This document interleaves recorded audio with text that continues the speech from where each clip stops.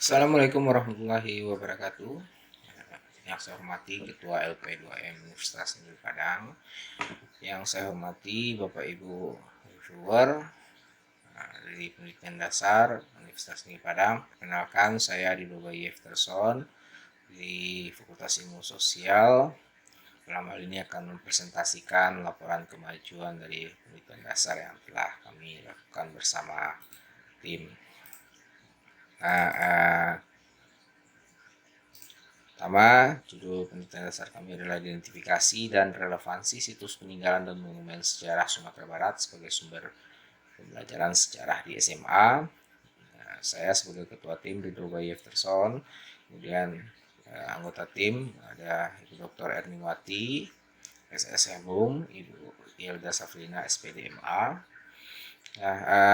Penelitian ini secara ringkas, pembelajaran sejarah berperan dalam memperkuat identitas nasional peserta didik. Dalam hal ini perlu membangun bagaimana pembelajaran sejarah itu nanti membawa keterlibatan siswa dalam proses belajar mengajar, terutama yang terkaitkan dengan memanfaatkan bukti-bukti peninggalan sejarah berupa situs monumen peninggalan sejarah sebagai sumber belajar yang ada di lingkungan, sehingga bisa menghasilkan pembelajaran sejarah yang lebih bermakna bagi siswa dalam mencapai tujuan pembelajaran sejarah yang sesuai dengan tuntutan kurikulum. Sehingga dalam penelitian ini akan mengidentifikasi potensi dan nilai relevansi situs dan monumen yang sejarah yang ada di Sumatera Barat.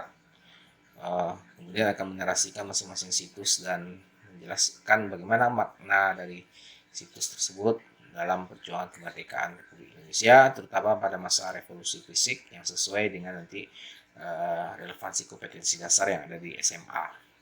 Kemudian metode penelitian ini menggunakan paradigma naturalistik, observasi, tinjauan kepustakaan sebagai teknik dalam pengumpulan data secara wawancara. Kemudian luaran dari penelitian ini adalah ditargetkan jurnal internasional. Kami mengusahakan agar nanti bisa diterbitkan dalam Scopus Q4. Level terkati dalam penelitian ini adalah level ketiga. Capaian menghasilkan klasifikasi dan analisis dari sumber belajar sejarah berupa situs dan monumen sejarah di tingkat SMA relevan dengan kurikulum tersebut. Kemudian hasil penelitian yang telah kami dapatkan, pertama, hasil dari identifikasi monumen dan situs sejarah yang memiliki makna dan peristiwa terkait dengan revolusi fisik di Sumatera Barat. Terdapat nanti beberapa monumen dan situs yang telah kami temukan dalam temuan penelitian ini.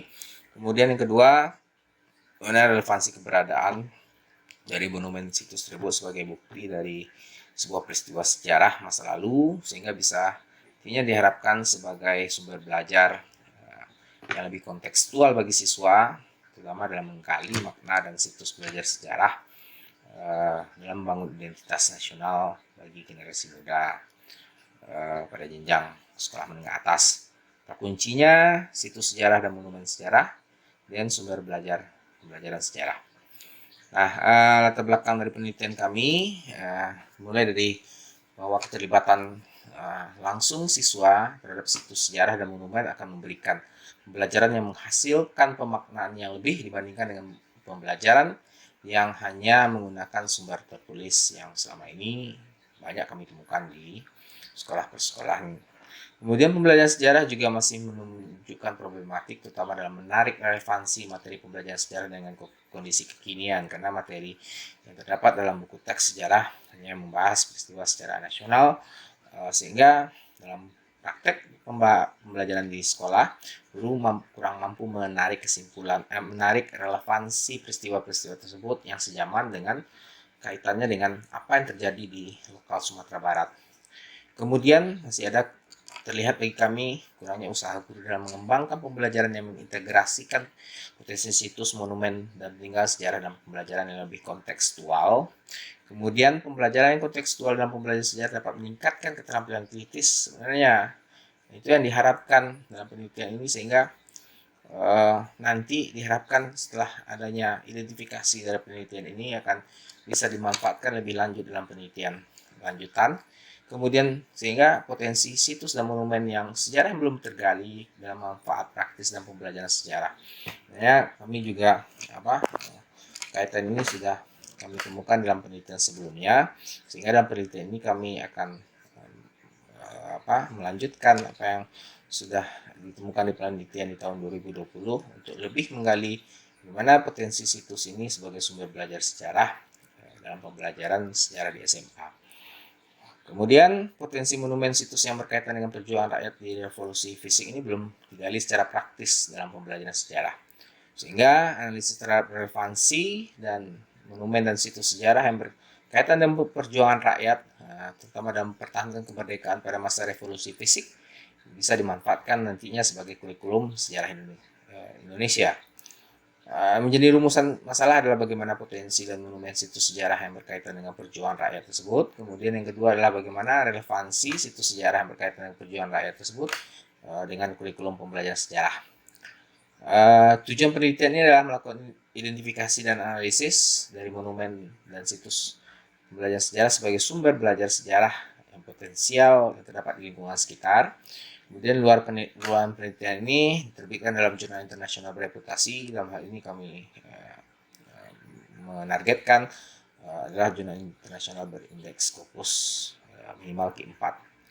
Kemudian kontribusinya penelitian ini diharapkan dapat memberikan kontribusi sebagai rujukan pengembangan pembelajaran sejarah dan meningkatkan kualitas pembelajaran sejarah yang kontekstual dengan lingkungan peserta didik. Jurnal pustaka State of the Art yang telah kami bangun dalam penelitian ini terdapat manfaat bagi siswa dalam mempelajari sejarah, terutama pada aspek pengetahuan, sikap positif dalam masyarakat, kemudian mampu membantu membangun pandangan orientasi terhadap masa depan, serta mampu mengembangkan keterampilan yang berguna. Menurut Kocar, Mulyana, dan Gunawan 2017, 2008, 2017. Sehingga nanti dari pembelajar sejarah itu akan mengenang nilai-nilai bangsa yang perlu dilestarikan. Hal ini nanti relevan dengan situs yang akan kita gali potensinya menurut Hasan 2012. Kemudian tujuan pembelajaran sejarah dalam 3 ranah pendidikan membutuhkan pengelolaan pembelajaran yang memanfaatkan potensi yang terdapat di lingkungan. Potensi tersebut berupa sumber belajar yang terdapat di lingkungan. Ini menurut publikasi Fatimah bersama saya dan Pak Walid Basri di 2020. Potensi lingkungan sebagai sumber belajar sejarah. Kemudian sumber lingkungan yang tersebut memberikan pengalaman siswa secara pribadi, terutama dalam mengamati objek, kemudian memaknai sehingga nanti dapat meningkatkan empati siswa dalam melestarikan objek-objek peninggalan sejarah yang menjadi bagian dari identitas sejarah kita, identitas nasional, terutama yang berada di lingkungan sejarah, di lingkungan sekitar. Sumber belajar lingkungan dalam pembelajaran sejarah dapat berupa situs sejarah, itu yang kita sedang gali, berupa benteng, gedung sejarah, rumah bersejarah, makam. Kemudian yang kedua, beberapa monumen dan tugu. Ini yang paling banyak dalam periode masa revolusi fisik ini yang ada di Sumatera Barat yang berhasil nanti kami himpun dan nanti akan kita jelaskan satu persatu.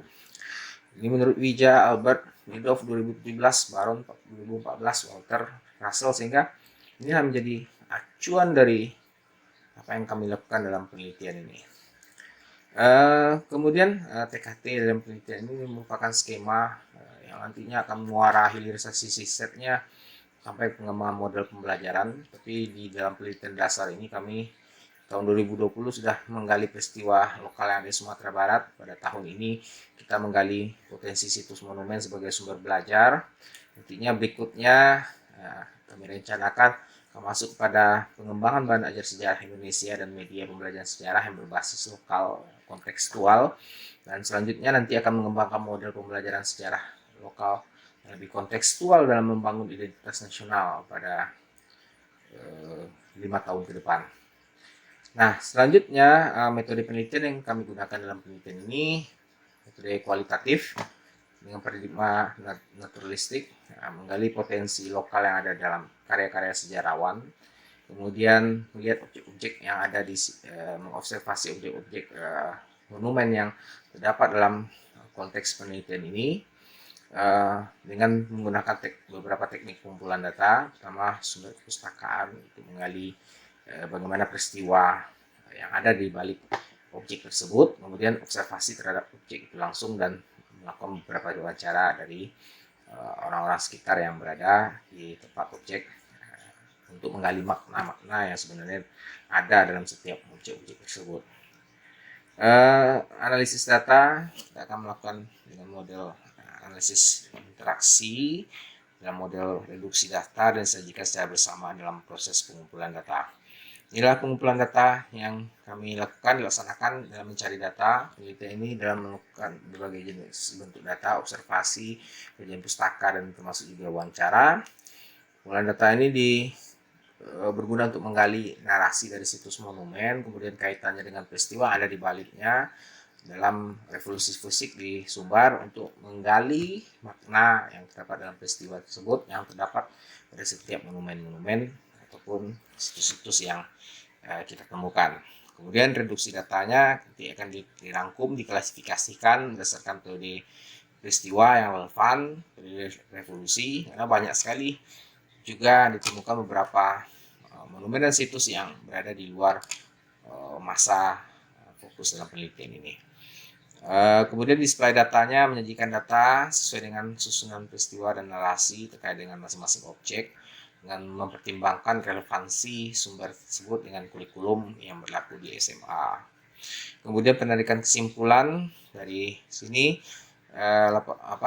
kesimpulan dirangkum dari narasi setiap objek monumen situs yang terdapat di dalamnya, kemudian dilakukan analisis terhadap relevansinya dengan apa yang dipelajari siswa di SMA yang terkait dengan sejarah nasional dan kita kaitkan dengan apa yang kita temukan sebagai sumber sejarah yang berasal dari lingkungan sekitar.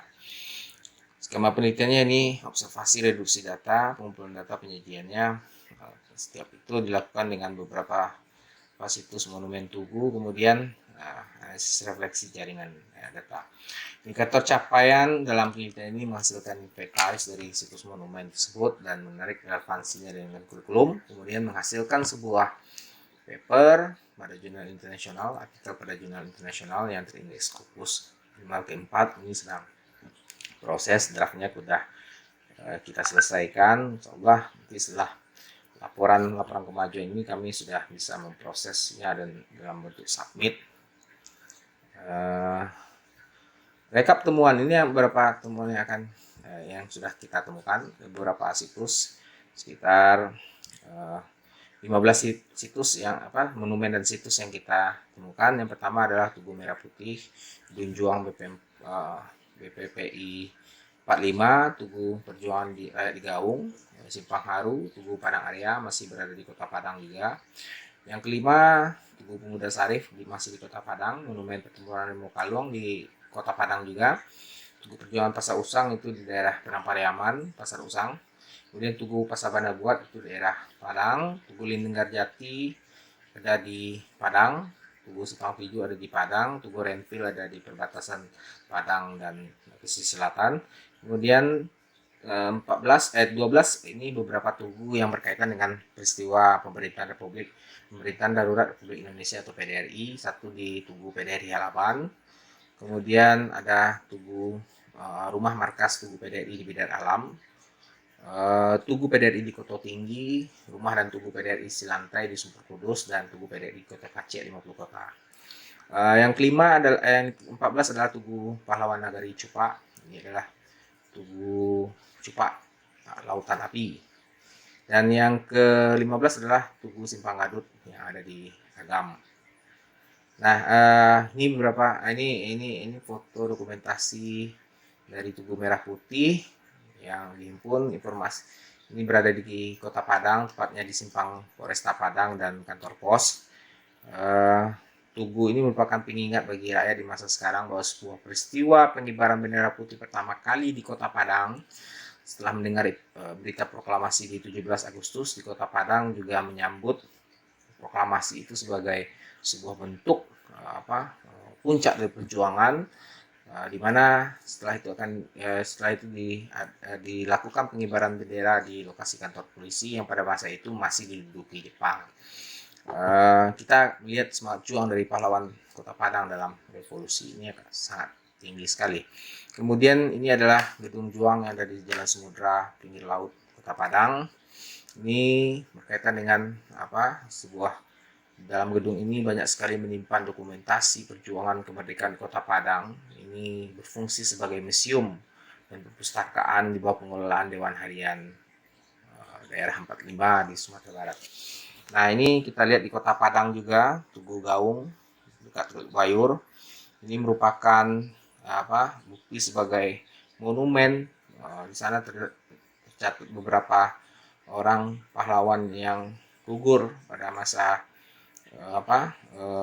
menghadapi perjuangan melawan Belanda, sehingga kita lihat bahwa peristiwa ini yang diperingati melalui tugu ini merupakan sebagai bukti dari bentuk sikap patriotisme pejuang kemerdekaan. Terdapat nama-nama pahlawan yang tertulis dalam tugu ini. Nah, ini tugu yang paling besar, yang paling tinggi di Kota Padang, Tugu Simpang Haru. Dalam peristiwa sejarah ini dikenal sebagai Tugu Padang Arya, bentuk api. Sinilah tergambar bagaimana proses perjuangan dalam relief-relief yang terdapat dalam tubuhnya, bahwa di Kota Padang pada saat itu merupakan pecahnya pertempuran di lokasi itu. Pelajar sekolah teknik dan masyarakat Kota Padang melawan sekutu Belanda pada masa pasca kemerdekaan ketika sekutu ingin menduduki kembali wilayah Indonesia. Ini adalah bentuk bentuk peringatan herois dari rakyat dalam membela hak-hak kemerdekaan yang telah mereka dapatkan melalui peristiwa 17 Agustus. Sehingga kita bisa melihat bukti bahwa Kota Padang sendiri penuh dengan perjuangan juga untuk mempertahankan kemerdekaan yang telah dilakukan, dan terdapat bukti-bukti yang sangat Ini adalah sebuah tugu yang mungkin jarang teramati ketika kita melewati Jalan Pemuda di Kota Padang. Jalan Pemuda Kota Padang ini adalah Tugu Pemuda Sarif. Jadi Jalan Pemuda itu berasal dari kata pemuda Sarif, seorang pemuda bernama Muhammad Sarif yang gigih pada saat itu melawan Belanda, dan untuk mengabdikan perjuangannya itu didirikan tugu. Tapi saat ini tugu ini kurang terawat, sekitarnya banyak lapak-lapak kaki lima yang hampir menutupi dari tugu itu sendiri. Ini butuh perhatian sebenarnya bagi generasi muda dalam merawat benda-benda yang berhubungan dengan monumen-monumen peringatan terhadap apa yang telah dilakukan pejuang pada masa dahulunya. Kemudian ini adalah monumen pertempuran Limbu Kaluang. Ini adalah sebuah peristiwa yang diabadikan oleh pemerintah menjadi sebuah tugu. Dulu merupakan kebun karet Belanda. Sanalah pejuang pemuda bergabung dengan pasukan Harimau Kranji menghadapi kolonialisme Belanda yang datang kembali melalui sekutu setelah pasca kemerdekaan. Ini kalau kita lihat yang kita lihat di Pasar Usang. Pasar Usang ini sampai sekarang menjadi jalan lintas dari Kota Padang daerah dataran tinggi di Sumatera Barat, dari arah ke Dare, orang panjang 50 kota dan tanah datar, sehingga ini menjadi jalur jalan transport yang dilewati oleh pasukan-pasukan sekutu pada masa itu, sehingga datangnya ketika sekutu melewati daerah ini, maka terjadi penghadangan oleh rakyat Pasar Usang. Pertama, bagaimana mereka menghadapi tentara-tentara sekutu yang melewati daerah tersebut, dihadang oleh pejuang, dan terjadilah pertumpahan darah dan pertempuran di sana. Selanjutnya kita akan lihat ini sebuah monumen yang berada di Pasar Bandar Buat. Pada masa kemerdekaan, Bandar Buat itu sekitar Pasar Bandar Buat ini juga sudah menjadi pasar sejak zaman kolonialnya. Maka ini sebagai bentuk peringatan terhadap terjadi pengeboman terhadap Pasar Bandar Buat tersebut. Dilihat dari tugu ini, mereka menunjuk ke atas karena memang pengeboman itu dilakukan melalui udara oleh Belanda, sehingga banyak terjadinya korban. Sehingga sekarang ini bentuk dari itu juga berkaitan dengan peristiwa apa yang di baliknya. Ini adalah tugu yang berada di Tabing, dekat Simpang Linggarjati. kita bisa lihat sekarang ini merupakan sebuah monumen yang merupakan batas dari perjanjian Linggarjati. Pada saat ini diambil, foto ini diambil ini sudah terjadi renovasi di jembatan ini yang cukup lama juga, beberapa bulan. Pada saat proses jembatan itu lagi saya khawatir juga jangan-jangan karena pada saat proses pemberhentian jabatan ini saya tidak melihat tugu ini. Nah, tapi setelah selesai pemberhentian jembatan, karena mungkin proses pembagian jembatan ini terangkat dipindahkan sementara.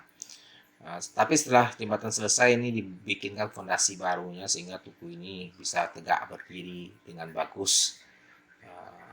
Artinya perbaikan jembatan ini juga melakukan peremajaan terhadap posisi karena dalam fondasi tugu ini yang sempat saya khawatirkan hilang ketika terjadinya proyek pembangunan jembatan ini.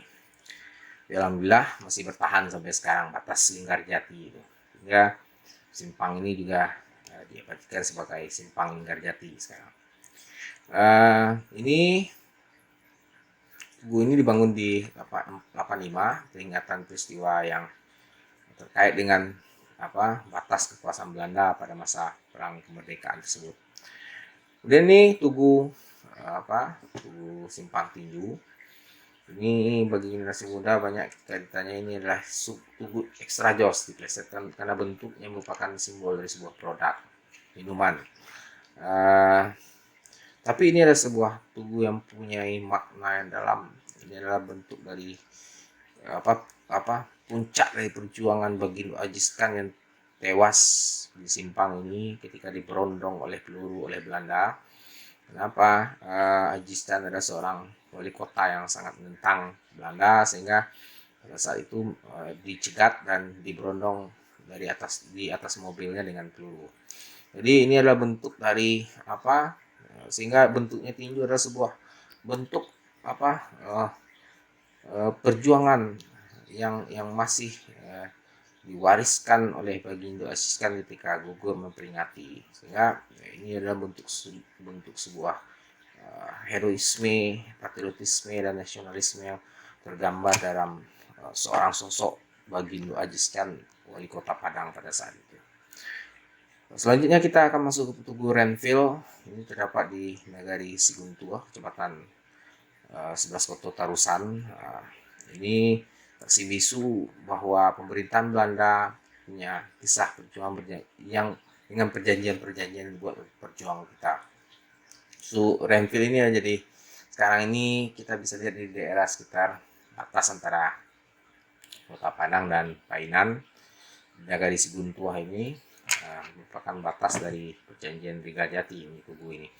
Kemudian ini salah satu tugu yang merupakan rentetan dari peristiwa PDRI. Nah, peristiwa PDRI kita tahu sebagai pemerintahan darurat Republik Indonesia yang pusat pemerintah itu berpindah-pindah dari satu tempat ke tempat yang lain. Sehingga setiap persinggahan pemerintahan PDRI itu diabadikan menjadi monumen. Dimulai dari Bukit Tinggi, Koto Tinggi, kemudian masuk ke Halaban ke Sempur Kudus ke Sijunjung, dan semua tempat-tempat yang disinggahi PDRI itu terdapat monumen-monumen yang bisa kita lihat sampai sekarang ini, termasuk juga situs-situs. Salah satunya adalah Tugu PDRI Halaban yang menjadi tempat peringatan pembentukan kabinet PDRI yang terbentuk di sini pada masa itu. Kemudian kalau kita lihat di Solok Selatan itu ada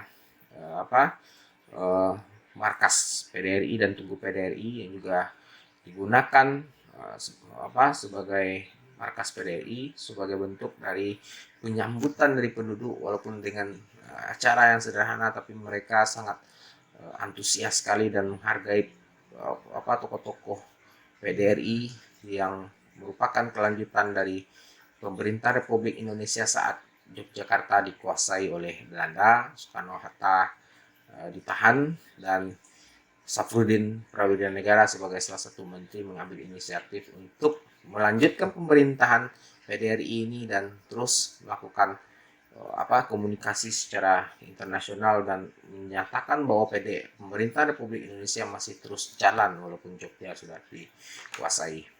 Inilah buktinya. Ini termasuk, dan ini adalah Tugu PDRI di Kota Tinggi. Dekat tugu ini sudah didirikan sekarang ini monumen PDRI, sudah dijadikan museum. Provinsi bekerja sama dengan Kabupaten 5 Kota untuk mengenang bahwa ini adalah pernah menjadi pusat pemerintahan darurat Republik Indonesia adanya di Sumatera Barat. Sebenarnya ini sudah menjadi sejarah nasional, tidak sejarah lokal lagi karena ini sudah berhubungan dengan nasional, peristiwa berskala nasional. Dan ini sangat cocok sekali dijadikan sebagai sebuah tempat napak tilas karya wisata yang dilakukan oleh siswa, karena ini sambil berwisata melalui tempat-tempat yang bersejarah, kita melakukan napak tilas dari apa yang dilakukan pejuang pada saat itu dengan berjalan kaki di dalam hutan untuk terus melangsungkan perjuangan pemerintahan yang eksis melalui PDRI yang dipimpin oleh Safruddin Prawira Negara. Ini di Sumber Kudus sampai saat ini, ini tempat sidang masih terjaga rumahnya, rumah tempat pernah bersidang, dan di dalamnya juga masih terdapat koleksi-koleksi foto Safruddin Prawira Negara bersama rekan-rekan dan kabinet PDRI sebagai koleksi yang bisa kita lihat sampai sekarang ini untuk mengenang dan memaknai peristiwa itu, tidak hanya dikenang tapi juga memaknai sebagai bentuk kecintaan, termasuk juga rakyat yang punya nasionalisme tinggi terhadap. Nah, ini perlu juga dilihat oleh generasi muda melalui pembelajaran sejarah yang selama ini kurang bisa mengkaitkan dengan konteks-konteks. Ini ada di Kota Kacia, 50 Kota, merupakan sebuah tugu. Di lokasi ini diadakan beberapa peringatan Hari Bela Negara. Tugu ini dikenal masyarakat, namun tidak semua mereka tahu bahwa peristiwa sejarah apa yang ada di balik tugu ini. Walaupun sudah tertulis PDRI di tugu tersebut. Nah, ini tadi rangkaian tugu PDRI. Ini adalah tugu yang berada di Cupa. Ini adalah tugu tugu pahlawan Nagari Cupa. Ini adalah bentuk peringatan dari peristiwa perang mempertahankan kemerdekaan di Cupa. Sana ada 3 orang warga Cupa yang tewas, M. Said, ada Baharudin, dan ada R. Mangkuto, anggota BPKN. 3 orang inilah yang dikenang sebagai pahlawan bagi Nagari Cupa mempertahankan kemerdekaan di daerah tersebut. Nah, selanjutnya ini adalah Tugu Kemerdekaan Cindobatu, ada di Batu Sangkar, merupakan sebuah tugu di mana jadi pengibaran bendera pertama kali di daerah tanah datar Batu Sangkar. Sampai sekarang ini sekitar lapangan Cindomato. Nah, inilah bentuk dari bukti dari bahwa ini perlu peristiwanya perlu dikenang dan dijadikan sebagai sejarah yang tidak mungkin dilupakan dan dihapus, sehingga generasi muda bisa mewarisi semangat nasionalisme dan kecintaan terhadap tanah air. Nah, ini salah satu tugu yang terawat, dicat dengan meriah, yang merupakan Tugu Simpang Gadut, daerah di Jalan Bukit Tinggi Peranasepuan. Ini berada di Agam, arah ke jalan lintas ke provinsi. Ini adalah bangunan tugu yang merupakan dalam peristiwa sebagai bentuk perjuangan rakyat di Agam pada saat itu dalam mempertahankan kemerdekaan juga. Nah, selanjutnya adalah temuan-temuan yang telah kami temukan. Untuk poin kedua, relevansi belum bisa kami tampilkan karena belum selesai analisisnya. Kita akan kaitkan dengan kompetensi dasar dan materi-materi apa di kurikulum, sehingga sumber-sumber sejarah tadi bisa dikaitkan dengan materi yang ada di kurikulum nasional. Tapi untuk artikel ini sudah diselesaikan, tinggal finishing merapikan bahasanya. Ini kami sangat berhati-hati sekali karena diusahakan bisa semaksimal mungkin untuk artikel ini, karena agar dapat lolos dalam publikasi Scopus Q4-nya nanti, insya Allah. Dan setelah laporan kemajuan ini, setelah kami nanti akan putuskan ke jurnal mana yang akan kami, karena ada beberapa pilihan Bapak Ibu reviewer yang akan kami gunakan, dan kami masih berhati-hati karena nanti ada ketika di submit sudah discontinue. Nah, itu yang kami takutkan, sehingga setelah ini kami akan melakukan submit setelah laporan ini. Kemudian rencana kegiatan berikutnya ini akan menambahkan narasi pada bagian beberapa monumen dan tugu. Ini PDRI saja, PDRI tidak termasuk. Salah. Ini kemudian selanjutnya menambahkan narasi pada bagian relevansi, dan yang kedua mempertajam analisis pada bagian analisis nanti dari temuan. Dia melakukan submit kepada jurnal Scopus Q4, dan keempat saja menyelesaikan laporan akhir. Kemudian pada saat laporan akhir sudah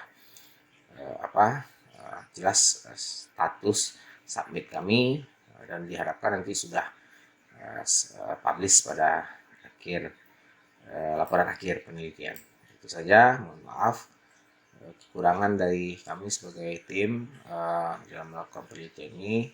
Tapi dari apa yang sudah sejauh ini dilakukan, kami telah melakukan kira-kira sudah 80% sudah selesai, tinggal mengurus publikasi.